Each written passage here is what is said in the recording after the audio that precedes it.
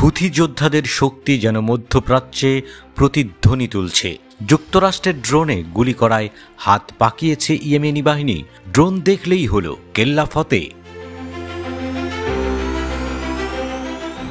মধ্য আল বাইদা প্রদেশের আকাশে ভেসে বেড়ানো এক অদৃশ্য হুমকি, বিশ্বের সবচেয়ে উন্নত ড্রোন MQ-9 রিপার, যার দাম প্রায় $30 মিলিয়ন।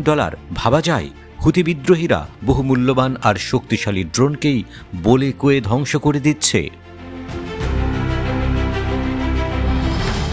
ইয়েমেনি সামরিক বাহিনী ঘোষণা করেছে তারা একটি MQ-9 রিপার ড্রোন সফলভাবে গুলি করে নামিয়েছে। অভ্যন্তরীণভাবে তৈরি সারফেস টু এয়ার মিসাইল ব্যবহার করে হুথি যোদ্ধারা এই ড্রোনটিকে ধ্বংস করেছে। MQ রিপার ড্রোন যুক্তরাষ্ট্রের সবচেয়ে উন্নত প্রযুক্তির প্রতীক। এই ড্রোন 50,000 ফুট উচ্চতায় ওড়ে 24 ঘন্টা টিকে থাকতে পারে। কয়েক বছর ধরে মার্কিন সামরিক বাহিনী এবং কেন্দ্রীয় গোয়েন্দা সংস্থা CIA ইয়েমেনের উপর এই ড্রোন পরিচালনা করে থাকে, কিন্তু ইয়েমেনি প্রতিরোধের সামনে এটি নিস্তেজ। এই ঘটনা একটি রাষ্ট্রের সার্বভৌমত্বের প্রশ্নে তাদের প্রতিরোধের জ্বলন্ত উদাহরণ। ইয়েমেনের সশস্ত্র বাহিনীর সামরিক মুখপাত্র ইয়াহিয়া সারি জানিয়েছেন, এ পর্যন্ত 13টি MQ-9 রিপার ড্রোনকে ভূপাতিত করেছে হুথি যোদ্ধারা। গাজা উপত্যকার প্রতি সংহতি প্রকাশে শুরু হওয়া অভিযানের ধারাবাহিকতায় এটি আরও একটি বড় সাফল্য। নিজস্ব প্রযুক্তির উপর নির্ভর করে তৈরি ক্ষেপণাস্ত্র সিস্টেমটি ইয়েমেনিদের সামরিক দক্ষতার আরেক বিস্ময়কর উদাহরণ। গাজা থেকে লোহিত সাগর পর্যন্ত ইয়েমেনি সশস্ত্র বাহিনীর প্রতিরোধের সুর।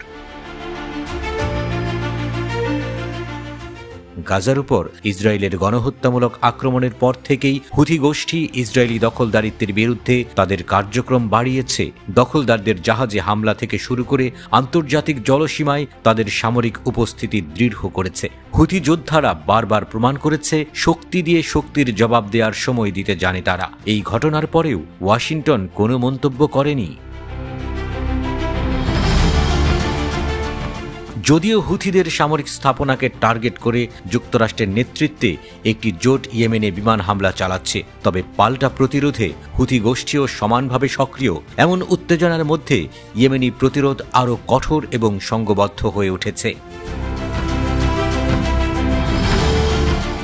ইয়েমেনি বাহিনী কি তাদের প্রযুক্তি আর কৌশল দিয়ে আধুনিক যুদ্ধের কৌশল বদলে দিচ্ছে? বিশ্বের শক্তিশালী দেশগুলো এখন আর মোটেও ইয়েমেনিদের সাহস আর সংগ্রামকে ছোট করে দেখছে না।